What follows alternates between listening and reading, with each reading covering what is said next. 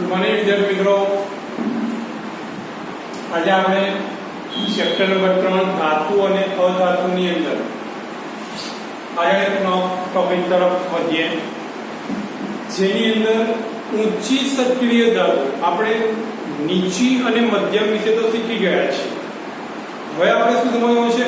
ઊંચી સક્રિય ધાતુ કે જે સક્રિયતા શ્રેણીની ટોચ પર આવેલી છે, તેનું શુદ્ધિકરણ કઈ રીતે કરવામાં આવે છે.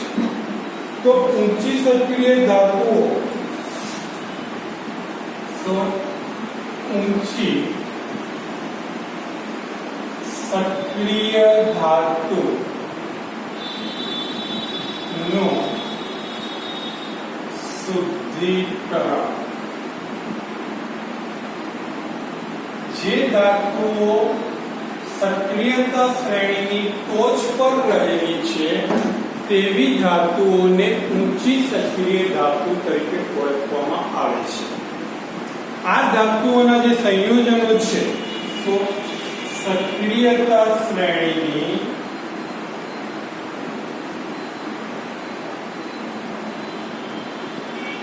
ટોચ પર રહેલી ધાતુ, જેને ઊંચી સક્રિય ધાતુ કહેવામાં આવે છે, આ ધાતુના સંયોજનો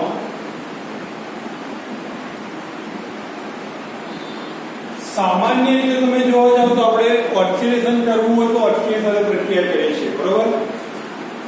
કાર્બન ડાયોક્સાઇડ. તો આ ધાતુના સંયોજન એવા છે, કાર્બન વડે તેનું રિડક્શન કરી શકતા નથી, કારણ કે ધાતુનું કાર્બન કરતા ઓક્સિજન પ્રત્યે આકર્ષણ વધારે હોય છે. આ ધાતુના સંયોજનો કાર્બન કરતા ઓક્સિજન પ્રત્યે વધુ આકર્ષણ ધરાવે છે. પરિણામે તેનું કાર્બન વડે રિડક્શન શક્ય નથી. શું તેનું કાર્બન વડે રિડક્શન શક્ય નથી, બરોબર? માટે આવી ધાતુઓના જે સક્રિય ધાતુઓ છે તેના રિડક્શન માટે વિદ્યુત વિભાજન પદ્ધતિ વાપરવામાં આવે છે. એ પદ્ધતિ વાપરવામાં આવે છે, વિદ્યુત વિભાજન પદ્ધતિ વાપરવામાં આવે છે. જેમ કે ઊંચી સક્રિય ધાતુઓ કઈ કઈ છે, તેના ઉદાહરણની અંદર તમે લખી શકો સોડિયમ, મેગ્નેશિયમ, પોટેશિયમ. આ બધી જે ધાતુઓ છે, સોડિયમ, મેગ્નેશિયમ, પોટેશિયમ, તે વધારે સક્રિય ધાતુઓ છે. તેના શુદ્ધિકરણ માટે આપણે વિદ્યુત વિભાજન પદ્ધતિનો ઉપયોગ કરવામાં આવે છે. એ પદ્ધતિનો ઉપયોગ કરવામાં આવે છે, વિદ્યુત વિભાજન પદ્ધતિનો ઉપયોગ કરવામાં આવે. આની અંદર તમે એલ્યુમિનિયમ પણ લખી શકો, તાંબુ પણ લખી શકો, વગેરે લખી શકાય છે. હવે એલ્યુમિનિયમ, Cu, બરોબર? જેમ કે Al2O3, એલ્યુમિનિયમ ઓક્સાઇડ. કઈ ધાતુ? એલ્યુમિનિયમ ઓક્સાઇડ, બરોબર? એના જે વિદ્યુત વિભાજન થાય તે ધાતુ એ કેથોડ પાસે જમા થાય, જ્યારે અધાતુ ક્લોરીન વાયુ એનોડ પાસે જમા થાય છે, બરોબર? એટલે એલ્યુમિનિયમ ઓક્સાઇડ હોય તો એલ્યુમિનિયમ ધાતુ કેથોડ પર જમા થાય અને ઓક્સિજન એ એનોડ પર જમા થાય છે. બીજું સંયોજન તમે કહો તો ધારો કે સોડિયમ ક્લોરાઇડ.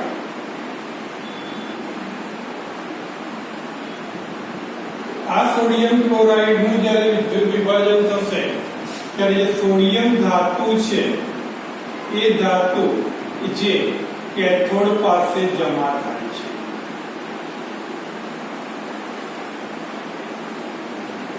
જ્યારે સોડિયમ જ્યારે ક્લોરીન જે અધાતુ છે તે એનોડ પાસે જમા થાય છે. કે જમા થાય છે એનોડ પાસે જમા થાય છે. કે જમા થાય છે એનોડ પાસે જમા થાય છે. બરોબર. પરિણામે એમાંથી આપણને શુદ્ધ ધાતુ મળે. કઈ રીતે મળે છે તો એનું સમીકરણ છે કે કેથોડ પર થતી પ્રક્રિયા અને એનોડ પર થતી પ્રક્રિયા.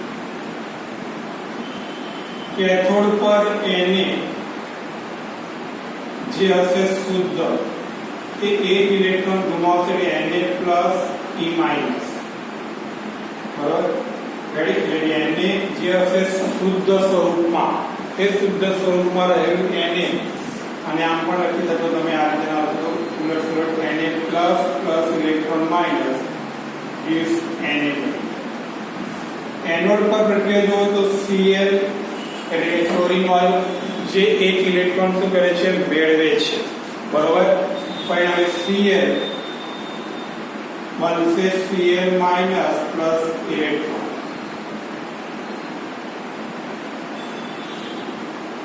તો પરિણામે આખી પ્રક્રિયા જોવા જાવ તો ઇલેક્ટ્રોન ઉડી જશે એટલે NaCl જે અશુદ્ધ હતું તેમાંથી અહીંયા NaCl શુદ્ધ બને છે. શુદ્ધ બને છે. બરોબર. આ રીતે આપણે પ્રક્રિયા જોઈ શકાય છે. તો આપણે પ્રક્રિયા વર્ણવી શકાય છે. હવે આની અંદર જ કોપરનું વિદ્યુત વિભાજન આવે અથવા તો તમને પરીક્ષામાં પ્રશ્ન એમ પૂછાય કે ધાતુના શુદ્ધિકરણ માટેની વિદ્યુત વિભાજન પ્રક્રિયા વર્ણવો. આવો પ્રશ્ન પૂછાય. સો ધાતુના શુદ્ધિકરણ માટેની વિદ્યુત વિભાજન પ્રક્રિયા વર્ણવો. તો ધાતુના શુદ્ધિકરણ માટેની વિદ્યુત વિભાજન પ્રક્રિયાની અંદર આપણે ધ્યાન રાખીએ તો કાચી ધાતુમાંથી મેળવેલી ધાતુ અશુદ્ધ હોય અને તેને વિદ્યુત વિભાજન પદ્ધતિ દ્વારા આપણે શુદ્ધ કરી શકાય છે. તો કાચી ધાતુમાંથી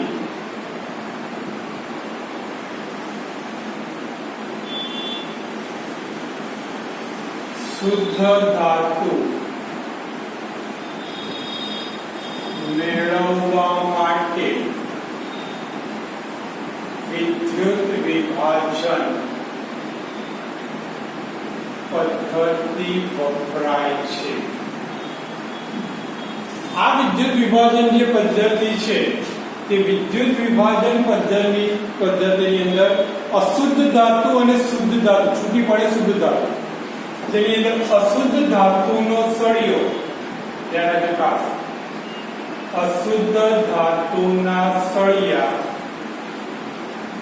જેને આપણે સામાન્ય રીતે એનોડ તરીકે લેવામાં આવે છે. કોણ તરીકે લેવામાં આવે છે? એનોડ. અને યાદ રાખજો એનોડ એટલે કે ધન. શુદ્ધ ધાતુના સળિયા જેને કેથોડ તરીકે લેવામાં આવે છે.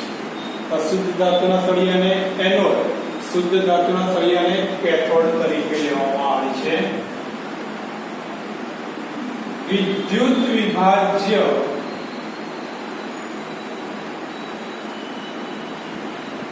દ્રાવણ તરીકે વિદ્યુત વિભાજ્ય દ્રાવણ તરીકે સામાન્ય રીતે જે ધાતુનું શુદ્ધિકરણ કરવું છે તે ધાતુના ક્ષારનું દ્રાવણ લેવામાં આવે છે.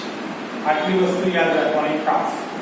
સો અશુદ્ધ ધાતુનો સળિયો એનોડ તરીકે, શુદ્ધ ધાતુના સળિયાને કેથોડ તરીકે લેવામાં આવે છે. વિદ્યુત વિભાજ્ય દ્રાવણ તરીકે જે ધાતુનું આપણે શુદ્ધિકરણ કરવું છે તે ધાતુના ક્ષારનું દ્રાવણ લેવામાં આવે છે. શું લેવામાં આવે છે? ધાતુના ક્ષારનું દ્રાવણ લેવામાં આવે છે. એની આકૃતિ આપણે દોરીએ.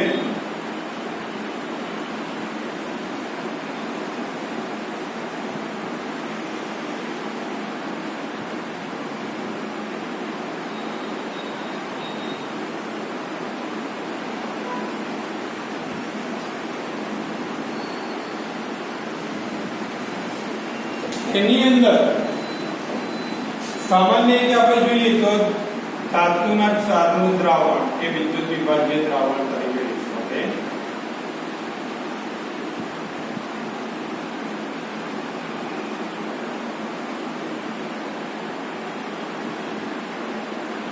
બરોબર.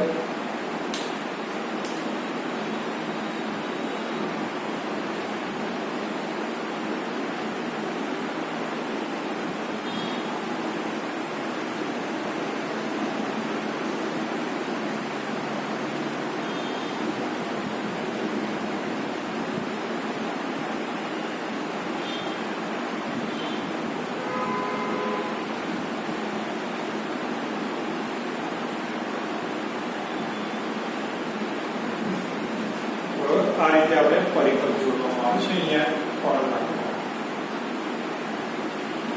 પ્લસ માઇનસ અહીંયા બેટરી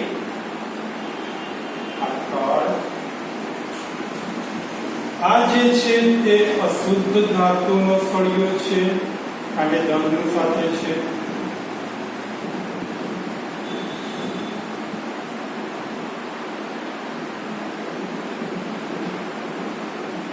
આ જે છે તે શુદ્ધ ધાતુનો સળિયો છે.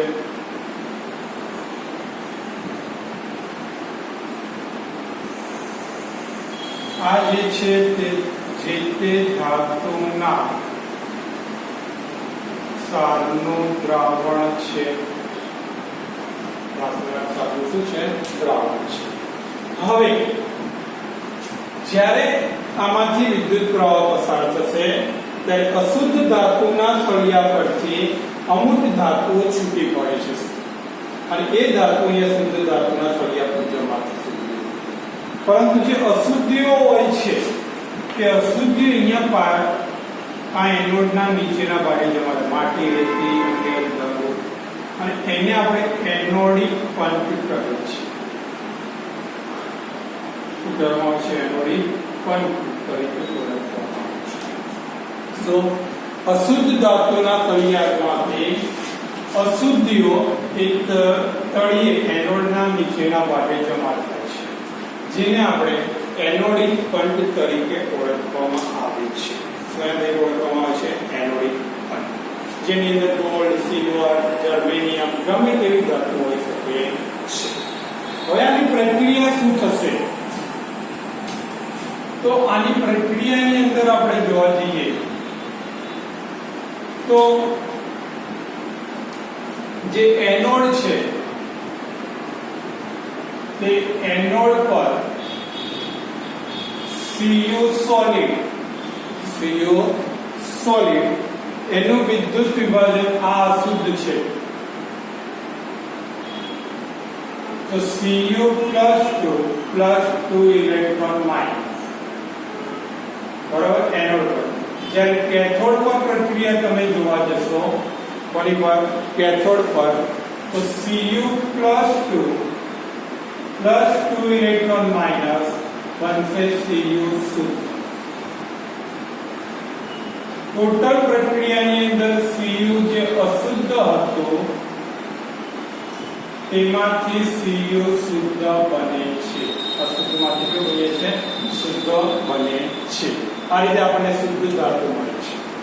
આ તો મેં તમને ખાલી ધાતુના શુદ્ધિકરણ માટેની વિદ્યુત વિભાજન પદ્ધતિ સમજાવી. એટલે એમાં તમે આકૃતિ દોરો અને એનોડિક કન્ટિન્યુએટ કરો. જો તમને એમ પૂછે પરીક્ષાની અંદર કે Cu એટલે કે તાંબાના શુદ્ધિકરણ માટેની વિદ્યુત વિભાજન પદ્ધતિ લખો, તો આ લખી દેવાની છે. પછી અહીંયા જો જ્યાં ધાતુ લખી ત્યાં તાંબુ, અશુદ્ધ તાંબુ, શુદ્ધ તાંબુ, બધું એમને તાંબાના ક્ષારનું દ્રાવણ વિદ્યુત વિભાજન દ્રાવણ થઈને પછી અહીંયા Cu અશુદ્ધનો સળિયો, Cu શુદ્ધનો સળિયો, CuSO4 નું દ્રાવણ અને આ તેમને એમ લખવાનું છે બરોબર એટલે સેમ એના એક છે કોઈ જ ફેરફાર છે નહીં ખ્યાલ આવી ગયો ઓકે તો આ જે છે તે વિદ્યુત વિભાજન પદ્ધતિ ડસ્ટર ખૂબ આવે વિદ્યુત વિભાજન પદ્ધતિ છે હવે આપણે આગળ વધીએ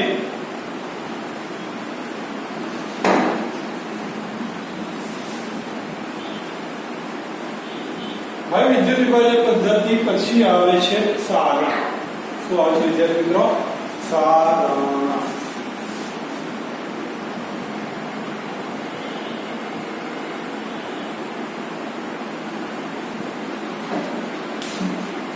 सामान्य રીતે કોઈ પણ ધાતુની સપાટી પર કાટ લાગવાની જે ક્રિયા છે બરોબર એને આપણે શું કહેવામાં આવે છે સારણ કહે છે એટલે ધાતુની બીજા શબ્દમાં ધાતુની ચળકાટવાળી સપાટી ઝાંખી પડવાની ક્રિયાને શું કહેવામાં આવે છે સારણ કહે છે સારણના ઘણા બધા ઉદાહરણો તમે જાણો છો તમારી આસપાસ પણ જેમ કે ચાંદીના ઘરેણા હોય તો એ ચાંદી લાગે ત્યારે એકદમ ચળકાટ ધરાવતું હોય છે પણ ધીરે ધીરે ચાંદીનો ચળકાટ ઝાંખો પડી જાય છે એ દર્શાવે છે પેલો સારણ દર્શાવે છે તમારા ઘરે તાંબા પિત્તળના વાસણો હશે તો એ તાંબા કે પિત્તળના વાસણની સપાટી પર લાંબો સમય પછી લીલા રંગના ડાઘ પડે છે કેવા રંગના ડાઘ પડે છે લીલા રંગના એ પણ શું દર્શાવે છે એક પ્રકારનું સારણ દર્શાવે છે ત્યાર પછી લોખંડની સપાટી કઈ સપાટી લોખંડની સપાટી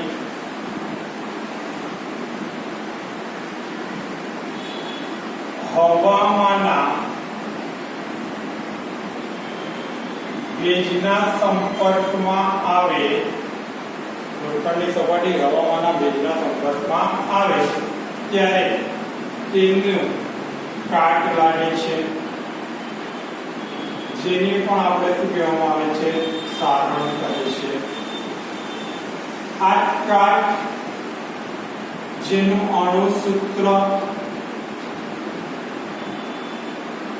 Fe2O3 XH2O છે હવે XH2O શા માટે કારણ કે પાણીના કેટલા અણુ તેમાં ભળે છે તે આપણને ખબર છે નહીં એટલે કાટનું અણુસૂત્ર શું થઈ જશે Fe2O3 XH2O મેં તમને કહ્યું તાંબુ તો તાંબાની સપાટી પર લીલા રંગના ડાઘ પડે કથ્થાઈ રંગના એ CuCO3 બની જાય છે કોપર કાર્બોનેટ બને છે શું બને છે કોપર કાર્બોનેટ બને છે આ રીતે સારણ થવાને કારણે દર વર્ષે લાખો કરોડો રૂપિયાનું નુકસાન થાય છે લાખો કરોડો રૂપિયા શું થાય છે નુકસાન થાય છે તો આ સારણને અટકાવી કઈ રીતે શકાય છે તો સારણ અટકાવવા માટે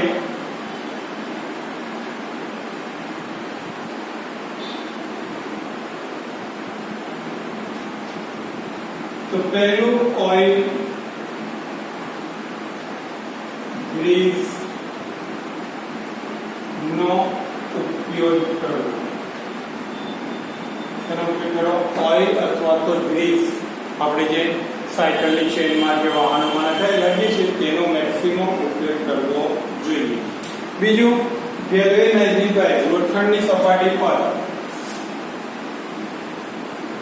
લોખંડની સપાટી પર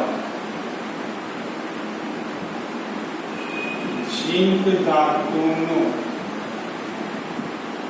પડ ચડાવવામાં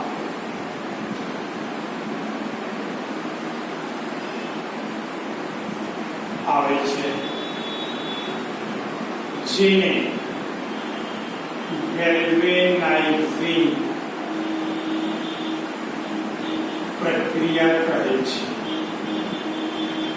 કઈ પ્રક્રિયા કહેવામાં આવે છે ગેલ્વેનાઇઝિંગ પ્રક્રિયા કહે છે અને આ લોખંડનું પડ ચડાવેલ જે લોખંડ હોય એ ગેલ્વેનાઇઝ્ડ આયન તરીકે ઓળખવામાં આવે છે કોના તરીકે ઓળખવામાં આવે છે તેને ગેલ્વેનાઇઝ્ડ આયન તરીકે ઓળખવામાં આવે છે. કયા આયન તરીકે ઓળખવામાં આવે છે? તેને ગેલ્વેનાઇઝ્ડ આયન તરીકે ઓળખવામાં આવે છે.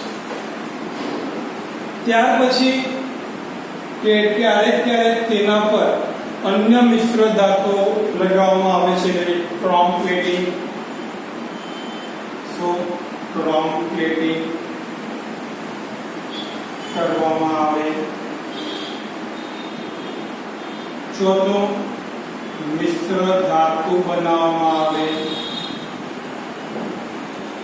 તો પણ આપણે આ સારાંશ શું કહી શકાય છે? અટકાવી શકાય છે. શું કહી શકાય છે? અટકાવી શકાય છે. બરોબર છે? રેડી? હવે સારણ પછી આવે છે મિશ્ર ધાતુ. શું આવે છે વિદ્યાર્થીઓ? મિશ્ર ધાતુ આ ચેપ્ટરનો છેલ્લો ટોપિક.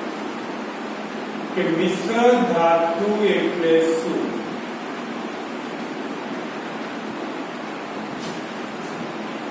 તો મિશ્ર ધાતુ બનાવવા ધાતુનું ધાતુમાં બનાવેલું એકરૂપ સમાન મિશ્રણ જેને મિશ્ર ધાતુ કહે છે.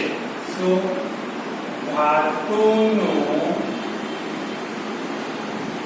ધાતુમાં બનાવેલ એકરૂપ સમાન મિશ્રણ ને મિશ્ર ધાતુ તરીકે ઓળખવામાં આવે છે. કોના તરીકે ઓળખવામાં આવે છે? તેને મિશ્ર ધાતુ. અને મિશ્ર ધાતુ બનાવવાથી ધાતુને ઇચ્છિત ગુણધર્મોમાં ફેરફાર થાય છે. શું એટલે મિશ્ર ધાતુ બનાવવાથી ધાતુના ઇચ્છિત ગુણધર્મો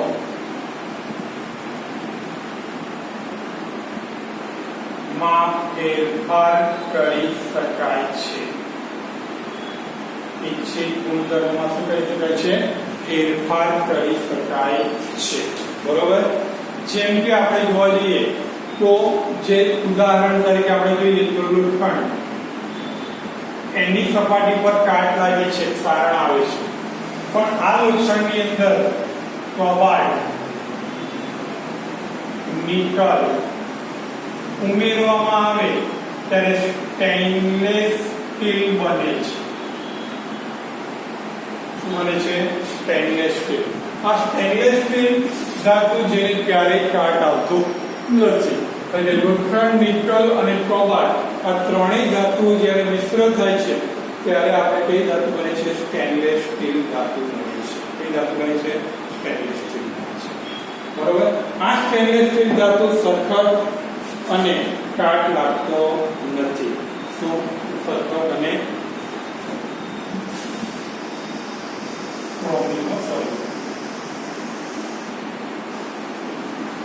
એ જ પ્રમાણે તમે જોવા જાઓ તો પિત્તળ એ તાંબુ અને ઝીંકની મિશ્ર ધાતુ છે. એ તાંબુ પ્લસ ઝીંક ભેગા મળે એટલે પિત્તળ બને છે, જે વજનદાર ધાતુ છે. કઈ ધાતુ છે?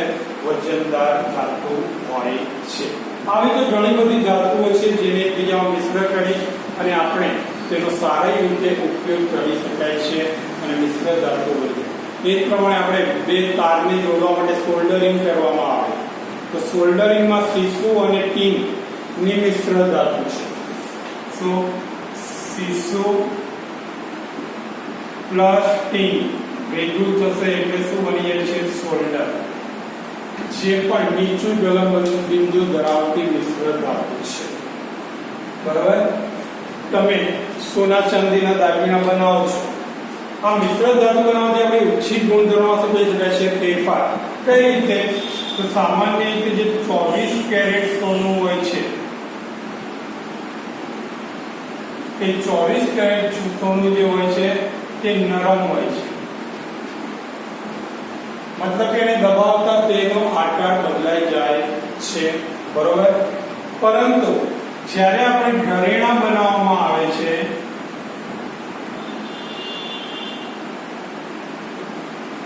બાવીસ કેરેટ સોનું પ્લસ 2 કેરેટ ચાંદી, તાંબુ વગેરે મિશ્ર કરવામાં આવે છે. પરિણામે આ સોનાને જે ગુણધર્મ છે નરમનો એ બદલાઈને કેવું બને છે? તે સખત બને છે. કેવું બને છે? સખત બને છે. એટલે આપણે જે દાગીના બનાવીએ છીએ તે 22 આપણને કહે છે 24 કેરેટના, પણ હોય તો તેમાં 22 કેરેટ 20-22 કેરેટ જ હોય છે. બાકી તો તાંબુ, ચાંદી વગેરે ધાતુ રહેલી હોય છે. વિદ્યાર્થી મિત્રો, તો અહીંયા આપણું આ જે ચેપ્ટર છે તે પૂર્ણ થાય છે. આપણે આવતા લેક્ચરમાં નવા ચેપ્ટર સાથે મળીશું. ત્યારે જય હિન્દ, જય ભારત.